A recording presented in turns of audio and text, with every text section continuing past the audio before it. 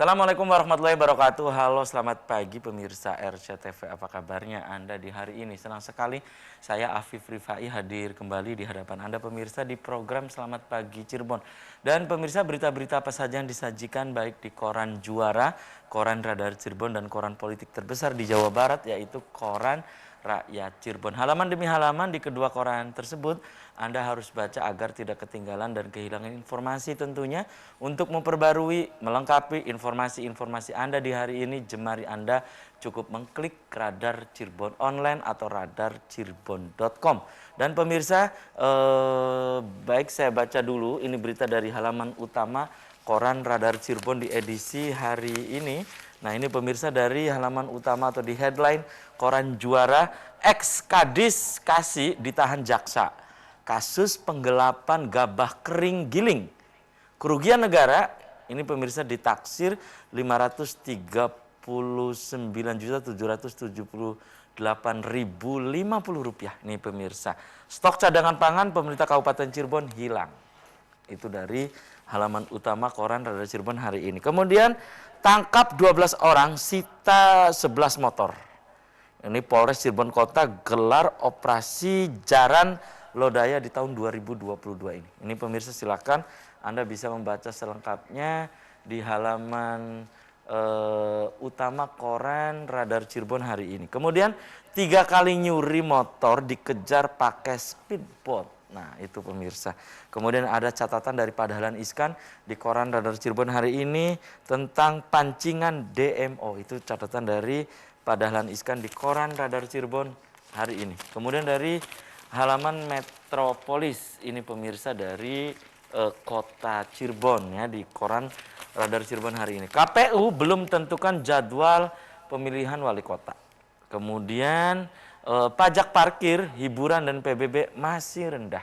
Itu dari kota Cirebon, pemirsa. Kemudian dari halaman Kabupaten Cirebon di koran Radar Cirebon hari ini. Pelayanan tutup sementara, Disdukcapil migrasi data selama 2 hari. Puncak perayaan hari jadi Kabupaten Cirebon bakal dimajukan. Itu pemirsa dari halaman Kabupaten Cirebon. Kemudian dari halaman utama koran Rakyat Cirebon, koran politik terbesar di Jawa Barat, pemirsa.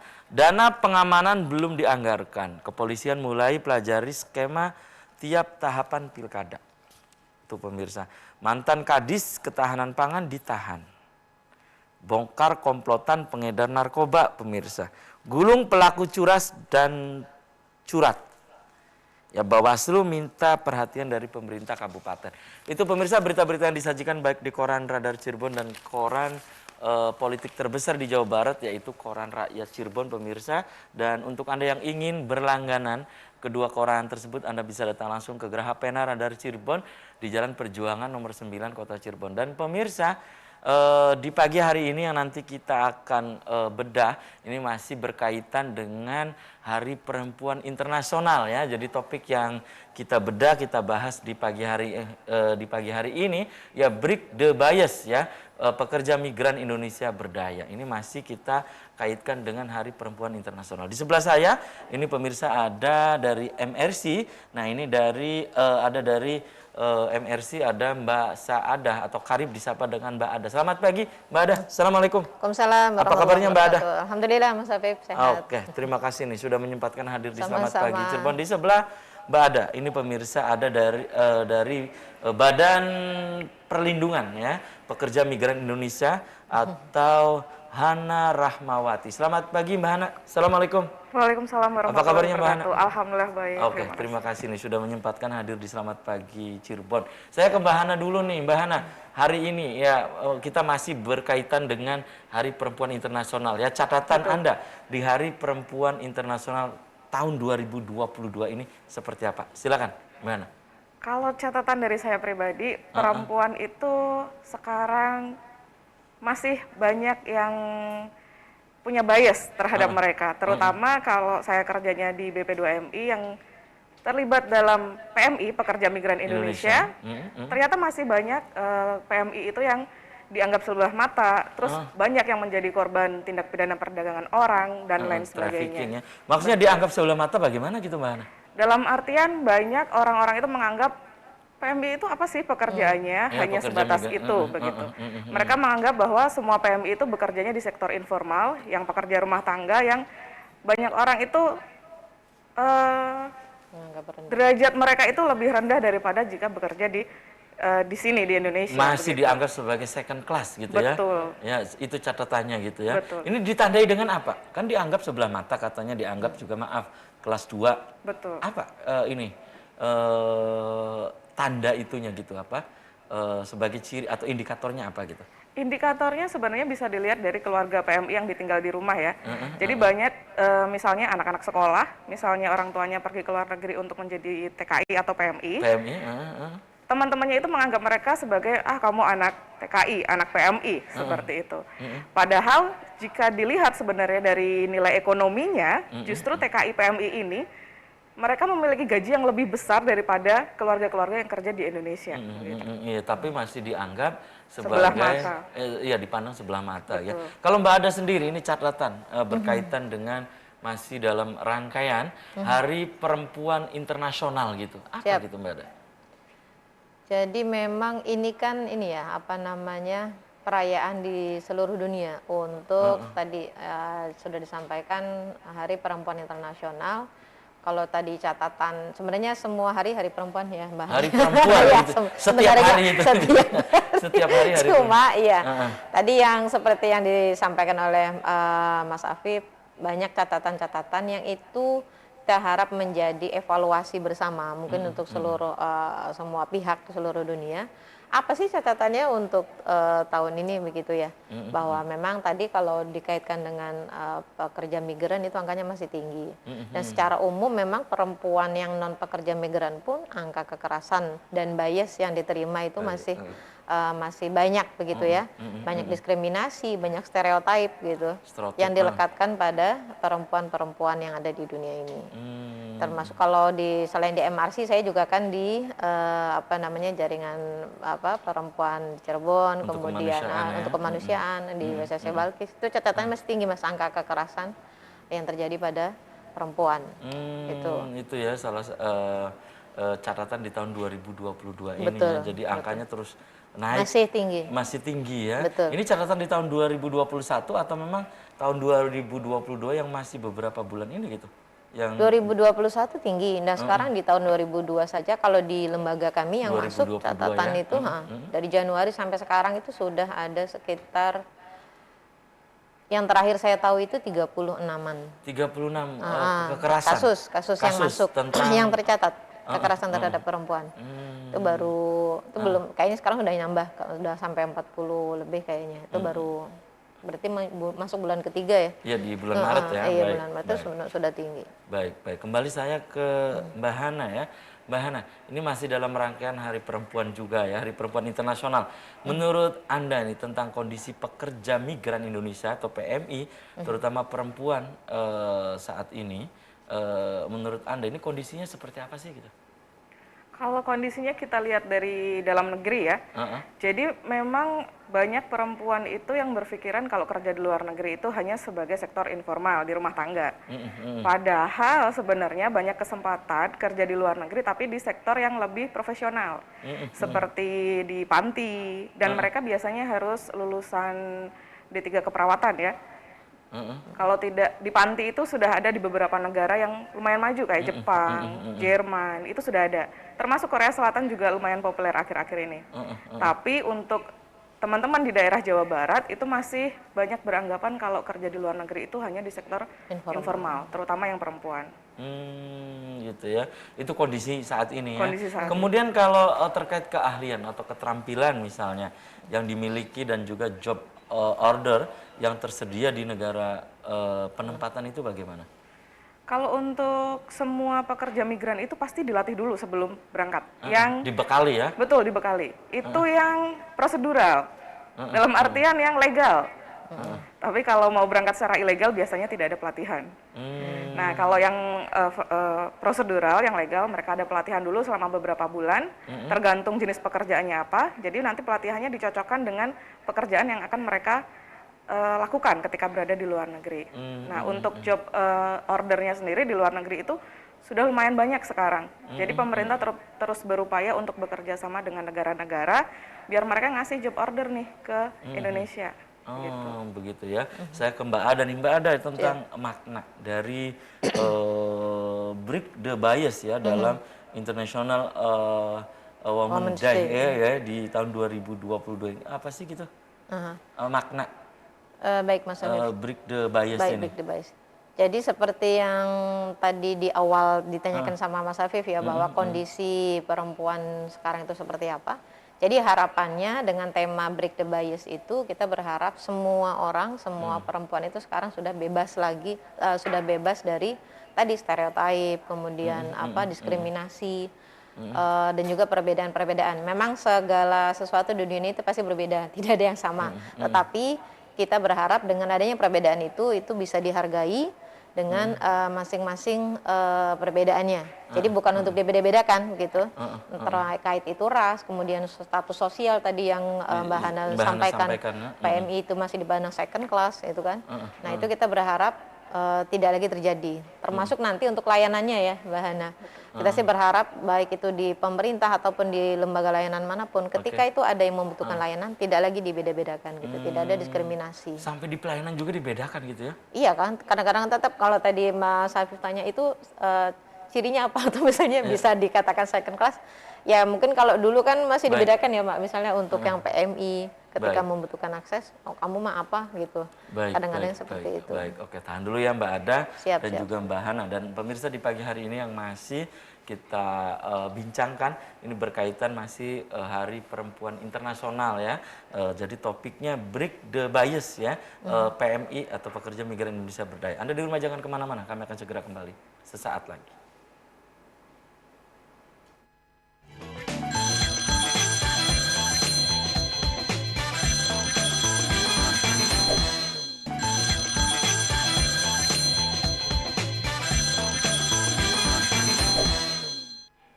Ya, Anda masih di Selamat Pagi Cirebon pemirsa, dan di pagi hari ini saya masih bersama Mbak Ada, ini pemirsa dari MRC, dan juga ada Hana Rahmawati ya, Badan Perlindungan Pekerja Migran Indonesia. Dan topik yang sedang kita obrolkan di pagi hari ini tentang break the bias Pekerja Migran Indonesia Berdaya. Ini masih dalam rangkaian Hari Perempuan Internasional ya. Kembali saya ke Mbak Hana nih. Mbak Hana, ini berkaitan dengan yang tadi Mbak ada sebutkan, termasuk Mbak Hana ya, bahwa sering perempuan ini stereotip gitu kan. Nah, merujuk pada tema di tahun 2022 ini break the bias, faktanya kita masih sering mendapatkan informasi bahwa pekerja migran Indonesia ini mendapatkan stereotip dan diskriminasi, ya kan? Nah, apa yang sudah dilakukan Badan Perlindungan Pekerja Migran Indonesia untuk break the bias ini? Apa gitu? Betul. Sejauh ini kita mencoba untuk memberikan pelayanan kepada PMI itu secara VVIP bahkan. Kalau dari kerja nyatanya, sekarang kalau mau berangkat sebagai PMI di Soekarno-Hatta Bandara, itu sudah ada lounge sendiri khusus untuk PMI. Itu bagus banget lounge-nya. Itu sudah kerja nyatanya gitu ya. Nah, selain itu juga pemerintah berusaha untuk semakin meningkatkan implementasi dari Undang-Undang 18 tahun 2017, salah satunya pembebasan biaya penempatan dan lain sebagainya, sedang diusahakan gitu. Nah, tapi untuk lebih jauhnya kami ingin berusaha tetap kerjasama sampai ke desa kalau bisa, biar perlindungan pekerja migran, terutama perempuan, itu bisa diiringi bahkan dari akarnya, langsung dari desa, terus kita bawa langsung ke ranah nasional dan bisa diberangkatkan ke luar negeri dengan aman. Gitu.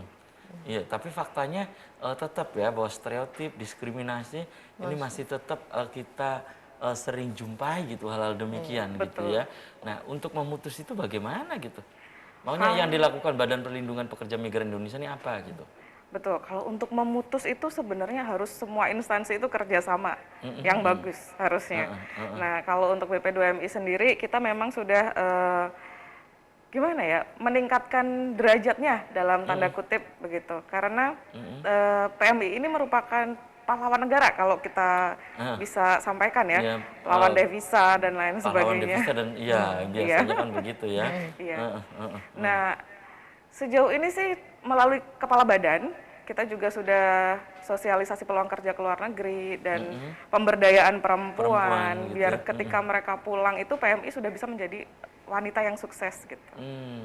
Gitu ya. Lebih Oke. berdaya. Dan kembali saya ke Mbak Ada. Mbak Ada, ini pengaruh bias ya bagi para perempuan, terutama perempuan yang menjadi pekerja migran Indonesia itu apa gitu pengaruhnya? Oke. Secara psikologi, pokoknya pengaruhnya apa gitu? Oke. Banyak sih ya Mas, bahwa dari bias sendiri kan itu berarti dari apa gendernya itu otomatis juga kan akan membatasi gerak ya, terutama untuk para perempuan secara umum. Kalau untuk yang pekerja migran itu sangat dirasakan ketika terutama di negara penempatan ya, mungkin Mbak Hana yang lebih sering apa namanya mendapat pengaduan dari para pekerja migran ketika ada bias itu terjadi, ya tadi misalnya dia dianggap second class, kemudian kalau terkait upah mungkin ya, kalau di apa namanya, kalau di desa-desa itu kan dulu ada tuh Mas, misalnya upah laki-laki itu lebih besar daripada upah perempuan. Nah itu kan sebenarnya ini itu sama kan, menunjukkan itu gitu. iya itu kan bias juga, dampak dari bias gitu. Padahal kan istilahnya yang dikeluarkan tenaganya sama, resiko yang diterima oleh Sama pekerja juga. itu sama ya, resiko yang diterima. Tapi upahnya tuh ada yang lebih besar laki-laki. Ini masih menunjukkan bahwa perempuan dianggap sebagai second class. Iya, gitu. betul. Itu. Kemudian apa namanya dari diskriminasi lah kan ya. Ketika misalnya adanya bias itu kan berarti masih membedakan antara yang perempuan dengan yang laki-laki. Itu kalau dari sisi gendernya banyak hal sih, pembatasan gerak terutama kalau untuk perempuan.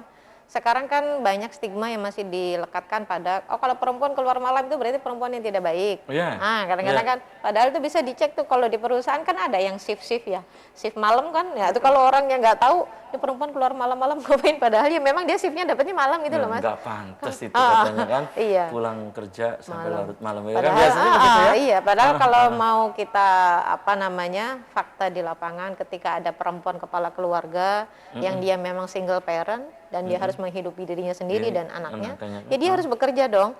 Memang kalau misalnya Anda mau ngasih dia apa ekonomi secara support ekonomi gitu, kalau dia nggak boleh kerja malam. Maksudnya hal-hal seperti itu yang kita harap kita mulai merubah mindset bahwa apa namanya menghilangkan stigma untuk apa namanya para perempuan, menghilangkan bias itu. Baik, gitu, baik. Kemudian apa yang harus dilakukan Mbak Hana oleh pemerintah dalam hal ini atau pihak yang terkait untuk menuju para pekerja migran Indonesia berdaya ini? Apa yang sejatinya harus dilakukan? Untuk sejatinya harus dilakukan sebenarnya harusnya ada pemberdayaan lebih lanjut ya. Jadi banyak PMI itu. Jadi pemberdayaan selama ini tidak lanjut gitu? Banyak yang tidak lanjut. Karena di satu sisi mindset pekerja migran juga, jadi ingin ya kalau ada pelatihan tentang wirausaha dan lain sebagainya, mereka tuh bisa lanjut gitu dengan tabungan yang mereka miliki. Ada follow up ya dari itu ya? Iya, kami ada. Terus ada empowerment buat grup-grup perempuan purna PMI untuk bisa menggunakan tabungan-tabungan mereka setelah pulang dari luar negeri biar bisa buka usaha bareng-bareng gitu. Tapi biasanya berapa bulan terus habis turun gitu iya, semangatnya mereka. Kan untuk beli rumah apa selesai, biasanya kan begitu. Betul. Jadi ini harus ada purna PMI dan harus ada kelanjutan dari itu gitu, apa gitu ya. Seharusnya. Nah ini perannya bagaimana gitu pemerintah atau pihak-pihak yang terkait gitu? Sebenarnya usaha sudah ada ya, usaha itu Misalnya sudah ada. apa gitu usahanya? Misalnya kita membuka platform-platform online buat PMI itu jualan dagangannya gitu. Tapi biasanya karena kita lihat kalau kita dagang itu kan nggak kelihatan ya hasilnya langsung gitu. Beda dengan kalau kita kerja sebagai PMI di luar negeri sebulan langsung dapat gaji berpuluh-puluh juta gitu. Kelihatan tuh rumahnya mentereng dan ya kan. Betul. Nah, mindset inilah yang perlu dirubah juga untuk PMI agar mereka bisa lebih bertahan lama di Indonesia, memperjuangkan hidupnya bareng-bareng sama keluarganya daripada nanti harus meninggalkan lama. Oke, Mbak Ada, kalau kegiatan sendiri ya Anda di MRC tentang Hari Perempuan Internasional di tahun 2022 ini, apa kegiatan-kegiatan yang dilakukan gitu? Baik, ya, kalau di MRC sendiri itu kami bersama dengan teman-teman di jaringan juga itu melakukan beberapa kegiatan yang tadi sebenarnya yang sudah disampaikan oleh Mbak Hana juga untuk memberdayakan pekerja migran itu adalah dengan mengajak semua komponen yang ada, terutama dari pekerja migrannya sendiri, Mas. Itu kita ajak untuk lebih meningkatkan kapasitas diri mereka supaya tadi sedikit demi sedikit merubah yang tadi Mbak Hana sampaikan juga, merubah mindset. Misalnya bahwa ketika kita menjadi pekerja migran ya berarti kita sudah memiliki kapasitas yang lebih tinggi sehingga bargaining kita di negara penempatan itu posisi kita lebih tinggi lagi begitu. Jadi tidak hanya di sektor informal, bisa di sektor yang lain. Kemudian juga kesiapan secara fisik, mental. Karena kalau orang kan Mas Hafiz kalau kerja keluar tuh bayangannya ya kondisi geografisnya sama, kemudian kerjaannya sama. Kalau di Indonesia kan mungkin kerjaannya hanya dari jam berapa kalau ngepel ya ngepel lantai, kalau di luar kan beda ya. Nah informasi itu selalu kita sampaikan setiap kita ada sosialisasi, baik itu ke desa dan juga ada pemberdayaan melibatkan para pemerintah desa. Kalau yang tadi Mbak Hana sampaikan itu diharapkan untuk implementasi Undang-Undang 1817 itu, sebenarnya kan itu ada tanggung jawab desa, di mana mereka itu harus terlibat penuh dan aktif dalam upaya pelindungan dan pemberdayaan warganya yang menjadi pekerja migran. Di situ harus dimulai dari desa. Ada peran desa di situ. Harusnya ada. Iya peran desa. Betul. Ya. Kan terkadang juga ada si A ternyata emang dia keluar negeri ya kan? Nggak bisa tahu. aja nggak tahu kan itu Mbak Hana ya. Mbak Hana kan? Iya betul. Kan? Ya, itu nah tadi. Ini menurut tadi regulasi yang ada ini betul-betul harus melibatkan desa, Mbak Hana. Betul, tata kelola di desa itu sangat menentukan untuk pelindungan pekerja migran yang ada di desa. Baik. Oke, tahan dulu nih Mbak Hana, kemudian juga Mbak Ada. Dan pemirsa, selamat pagi. Cirebon akan segera kembali usai komersial berikut ini. Ya.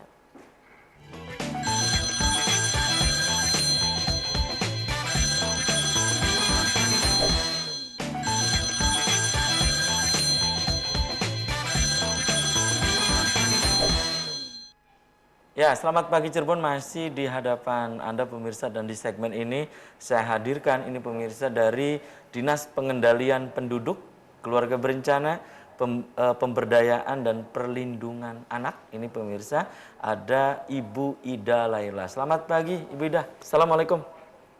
Selamat pagi, waalaikumsalam warahmatullahi wabarakatuh. Oke, terima kasih nih sudah menyempatkan juga hadir di Selamat Pagi Cirebon. Saya langsung ke Ibu Ida nih. Ibu Ida, ini tema di hari Perempuan Internasional ya, di tahun ini 2020 ini adalah Break the Bias, dan yang diharapkan untuk di break atau dihilangkan ini antara lain adalah diskriminasi dan stereotip yang tadi sudah disampaikan Mbak Hana juga ya. Ini faktanya nih Bu, stereotip dan diskriminasi ini masih banyak terjadi pada perempuan, terutama perempuan pekerja migran. Bagaimana menurut Ibu Ida? Silakan Bu. Ya. Memang faktanya demikian ya, masih banyak diskriminasi dalam hal ini ataupun stereotip terhadap perempuan bahwa perempuan itu lemah. Ya. Nah, dan hal ini khususnya di pekerja migran barangkali ini banyak juga dimanfaatkan oleh oknum-oknum, dalam hal ini agen-agen sponsor yang tidak bertanggung jawab, bahwa di dalam pemberangkatan tenaga kerja atau pekerja migran ini banyak yang tidak prosedural atau unprosedural. Dan ini mungkin karena perempuan itu dianggap lemah ini, mereka inginnya berangkat cepat, serba cepat ya. Iya, tanpa persyaratan yang rumit, dengan dijanjikan juga iming-iming yang menjanjikan bahwa pekerjaannya ringan dengan gaji besar. Nah, padahal pada kenyataannya ternyata setelah dia diberangkatkan bekerja di luar itu tidak sesuai dengan apa yang dijanjikan. Ternyata mereka banyak yang mendapatkan pekerjaannya sangat berat, kemudian juga bahkan ada yang mendapatkan perlakuan yang kurang baik, bahkan kekerasan seperti itu.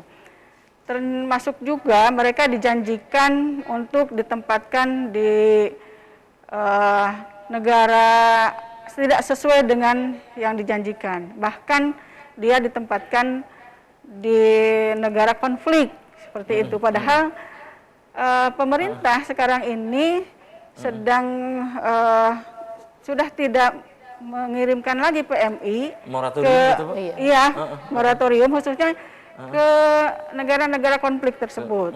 Tetapi pada Faktanya masih ada? faktanya masih ada seperti itu dan cukup banyak untuk di Kabupaten Cirebon sendiri. Yang berangkat ke sana. Dan kemarin tahun 2021 yang lalu kami juga mendapat pengaduan dari PMI yang memang seperti tadi berangkatnya prosedural dan tidak sesuai dengan janji-janji yang Iya pada waktu di sini gitu ya. Iya. Dia ditempatkan bekerja tadinya di Abu Dhabi. Ternyata dapatnya di mana? Ternyata di Irak. Oh banyak yang begitu? Iya. Oh. Dan di Irak ini cukup banyak kasusnya. Ternyata di sana ini mereka itu ditempatkan tidak sesuai dengan yang dijanjikan. Misalnya pekerjaan apa Pekerjaannya gitu? sangat berat, kemudian juga dia diperlakukan kurang layak lah sebagai manusia. Diberi makan hanya 1 kali sehari. Oh banyak juga 1 Bu. piring berdua. Nah, Ibu dapatkan ini informasi ini. Ini dari mana gitu Ibu Ida? Ada pengaduan. Oh ada pengaduan. Ada pengaduan dari mereka ke keluarganya ingin segera dipulangkan seperti itu.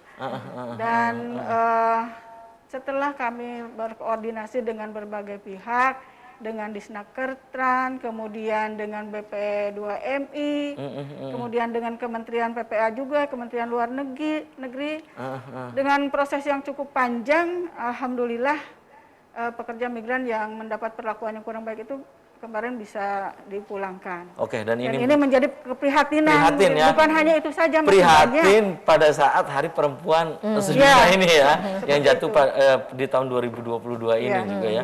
Itu salah satu catatan. Dan Kabupaten Cirebon sendiri menurut catatan Ibu juga banyak gitu, Bu? Tidak sedikit gitu yang mengalami apa yang tadi Ibu Ida sampaikan gitu, Bu? Cukup banyak, mungkin cuma yang berani melapor itu cuma sedikit. Kebanyakan justru yang tidak berani melapor.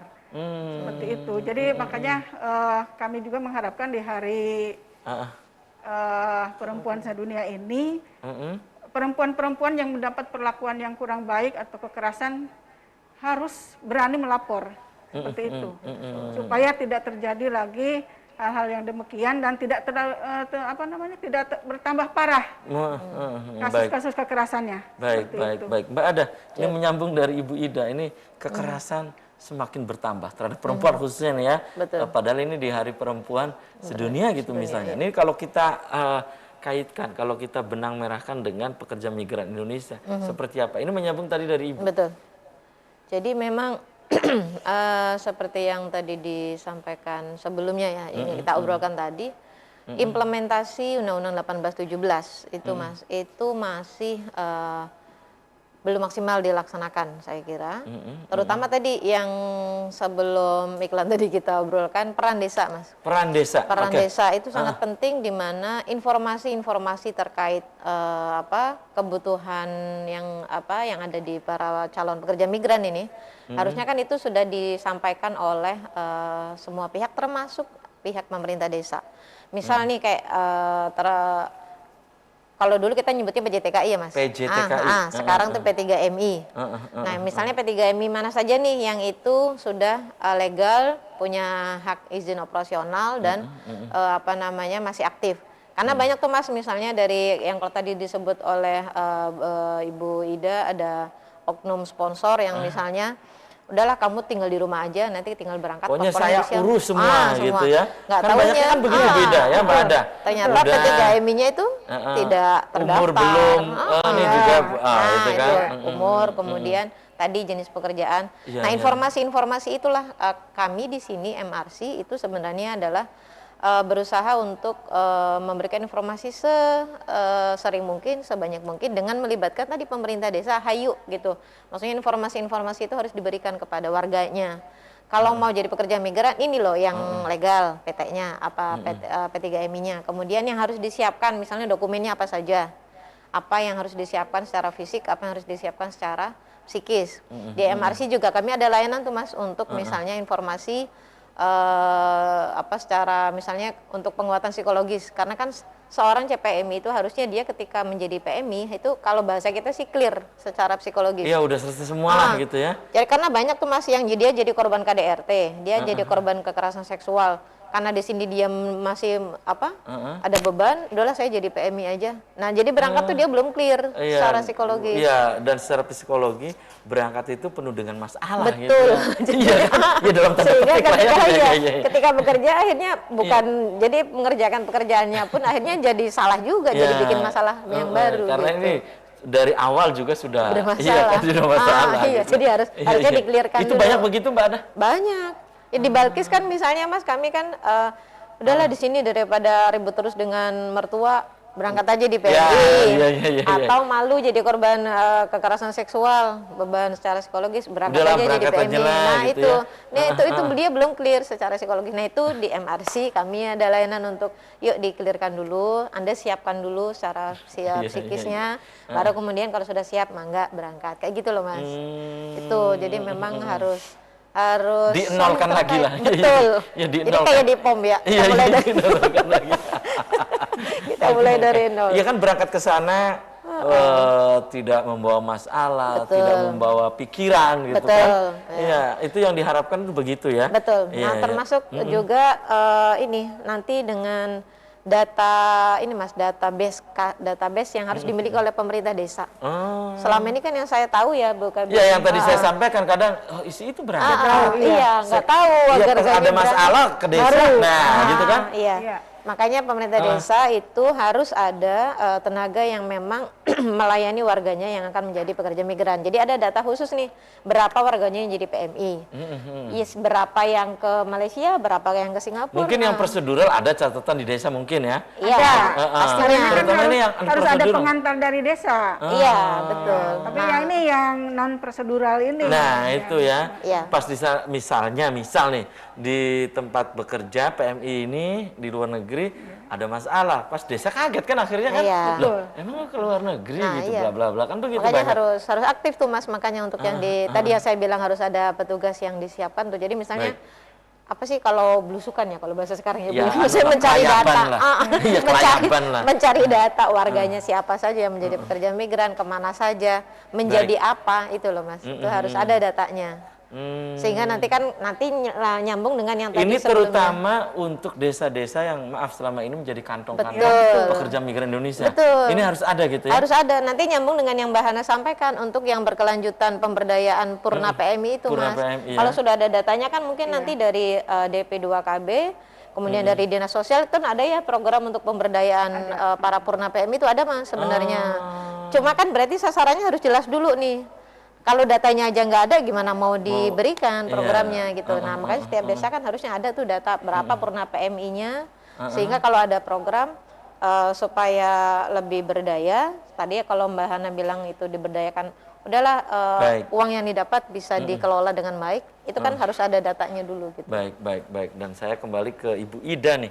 Bu Ida, apa yang sudah dilakukan pemerintah dalam hal ini dinas atau leading sektornya kan Bu Ida nih, yang selama ini salah satunya kan, iya kan, dilakukan oleh dinas terkait untuk melakukan break the bias ini ya, seperti tema di tahun ini. Itu apa? Tapi tahan dulu nih, Bu Ida dan pemirsa, selamat pagi Cirebon akan segera kembali usai pariwara berikut ini.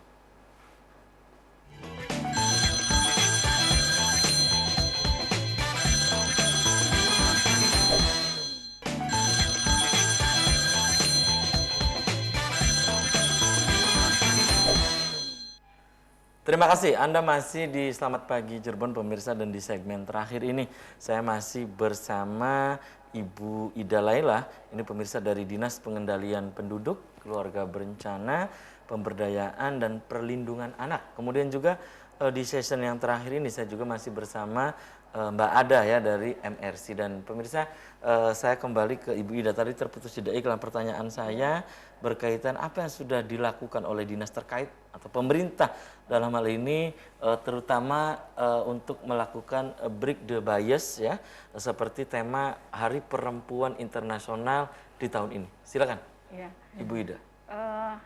Upaya-upaya yang dilakukan dalam rangka tadi kan ini berbicara kita penekannya kepada pekerja migran. Pekerja ya. migran, oke. Di mana pekerja migran ini tadi mungkin sudah disampaikan oleh pembicara sebelumnya. Di samping dia itu tujuannya adalah untuk meningkatkan ekonomi keluarga, untuk memenuhi keperluan keluarganya, untuk meningkatkan kesejahteraan dan termasuk juga menghasilkan devisa untuk negara. Tetapi di lain pihak memang banyak permasalahan, ya, terutama pekerja migran yang tadi berangkatnya secara unprosedural seperti itu. Dan untuk mengantisipasi itu, kami dari Dinas PPKB P3A mencoba untuk mencegah jangan sampai terjadi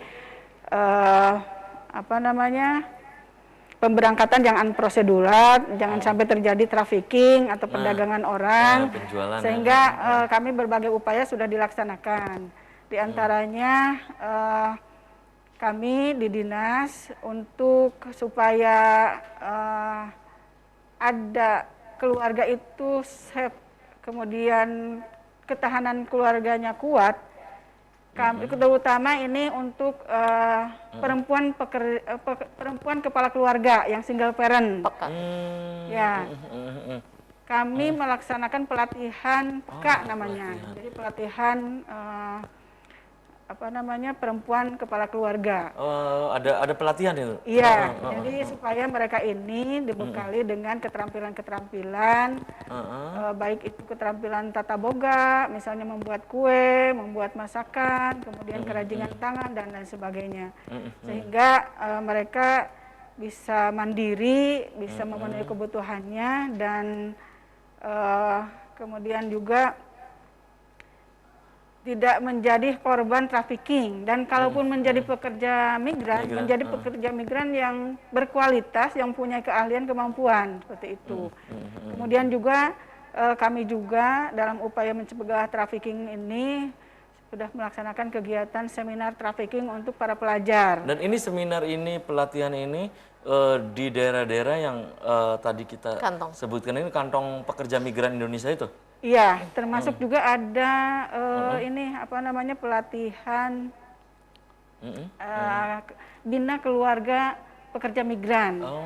Nah, bina keluarga pekerja migran ini dalam upaya yang pertama untuk memberikan pengetahuan pengasuhan bagi anak-anak yang orang tuanya bekerja di luar negeri.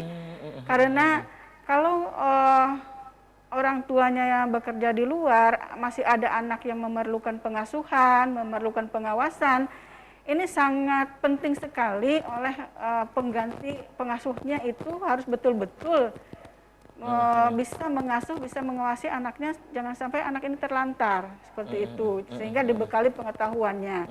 Kemudian juga di samping itu dibekali juga dengan keterampilan, kemudian juga dengan pengetahuan pengelolaan uang yang dikirim oleh keluarganya, pekerja migran itu, supaya uang yang dikirim ini tidak habis digunakan untuk hal-hal yang konsumtif.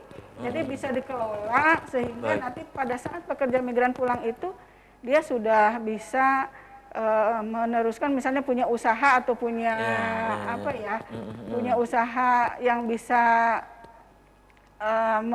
mencukupi kebutuhan keluarganya seperti itu. Itu jadi, yang dilakukan oleh dinas atau pemerintah ya? Seperti itu. Oke, ini di daerah kantong-kantong itu sosialisasi yang tadi itu ya, kegiatan-kegiatan itu. Dan Mbak Ada ya dari MRC, ini seberapa penting sih yang tadi disampaikan oleh Ibu Ida itu, terutama untuk daerah-daerah yang menjadi kantong pekerja migran Indonesia selama ini?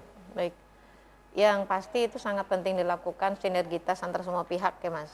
Yang tadi dari DP2K BP3A, kemudian yang pasti dari Disnaker itu saya kira juga itu harus ada terus melakukan upaya-upaya untuk menyiapkan SDM yang siap untuk menangani isu-isu kekerasan kepada perempuan dan juga pekerja migran di desa-desa itu tadi.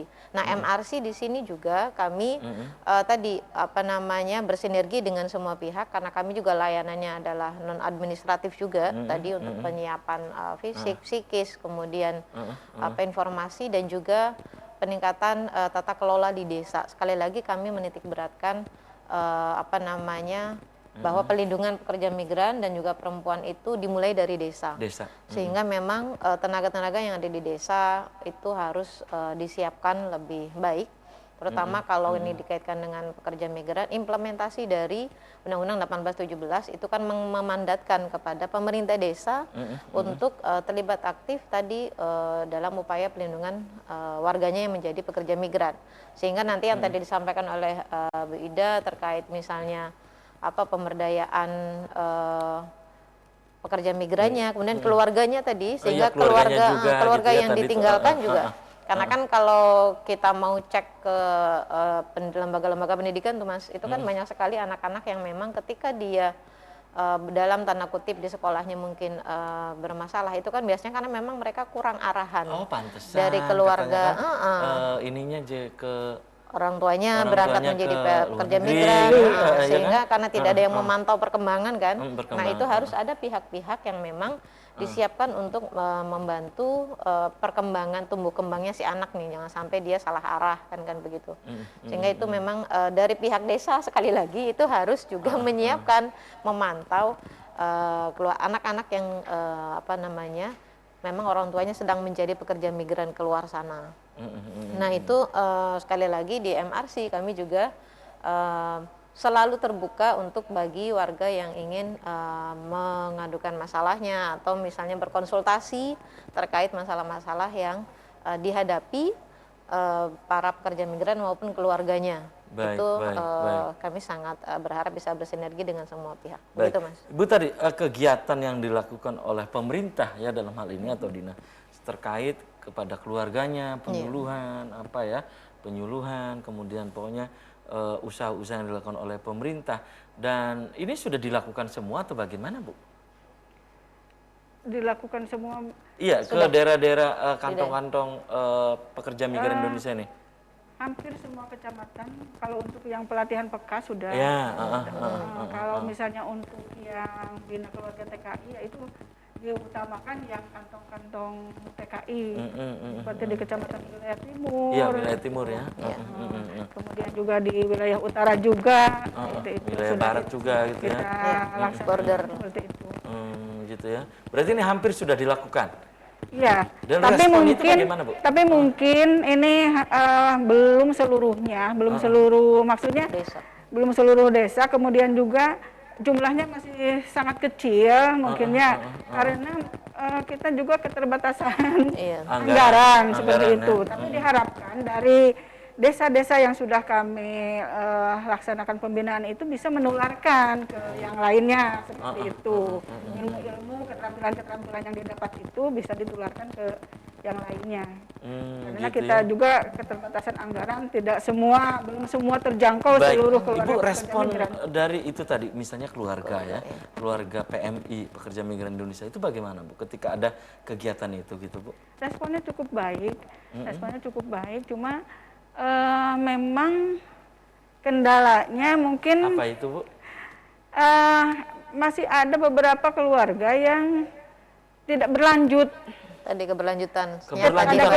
Ada ketidakberlanjutan seperti tadi apa yang disampaikan Mbak Hana juga seperti itu. Mungkin kendalanya itu. Jadi kami juga tidak bisa memantau full 100%. Jadi ini juga mungkin tadi apa yang disampaikan oleh Mbak Ada juga, kita perlu juga dukungan dari desa. Oh, desa gitu ya. Bisa memantau karena yang lebih dekat dengan masyarakat itu adalah pihak desa. Desa gitu ya, baik. Dan sayang sekali nih Mbak Ada, ya? Ibu Ida, dan tadi Mbak Hana ya. Usai sudah kebersamaan di Selamat Pagi Cirebon edisi pagi ini. Nanti kita bisa dilanjut lain waktu dan kesempatan tentu dengan tema yang berbeda. Mbak Ada, closing statement. Silakan singkat saja. Closing statement pesannya saya berkaitan dengan Hari Perempuan sedunia ini kalau kita kaitkan dengan pekerja migran Indonesia. Silakan. Siap. Saya kembali ke tema kita hari ini saja, Mas. Break the bias, PMI berdaya. Jadi mari bersama-sama kita bebaskan semua orang dari bias, stereotip, diskriminasi dan segala sesuatu yang membuat kita tidak menjadi manusia. Jadi untuk PMI Berdaya, mari semua pihak juga bersinergi untuk bisa meningkatkan kualitas pekerja migran Indonesia sehingga menjadi lebih berdaya. Baik, silakan Bu Ida, closing statement, pesannya apa nih? Ya, mungkin dari saya kepada perempuan-perempuan khususnya yang ada di Kabupaten Cirebon, mari kita tunjukkan bahwa perempuan juga bisa. Kita juga mampu untuk menunjukkan menunjukkan kapabilitas kita, kemampuan kita. Dan jangan takut berbicara, jangan takut kalau kita mengalami kekerasan atau mengalami ketidaksetaraan atau ketidakadilan gender.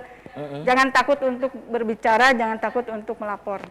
Baik, oke, terima kasih nih Bu Ida, Mbak Ada dan tadi Mbak Hana ya sudah menyempatkan hadir di Selamat Pagi Cirebon. Dan pemirsa, demikian Selamat Pagi Cirebon edisi pagi ini, semoga bermanfaat. Terima kasih atas perhatian dan kebersamaan Anda. Akhirnya saya, Afif Rifai dan kerabat kerja di pagi hari ini harus pamit undur diri.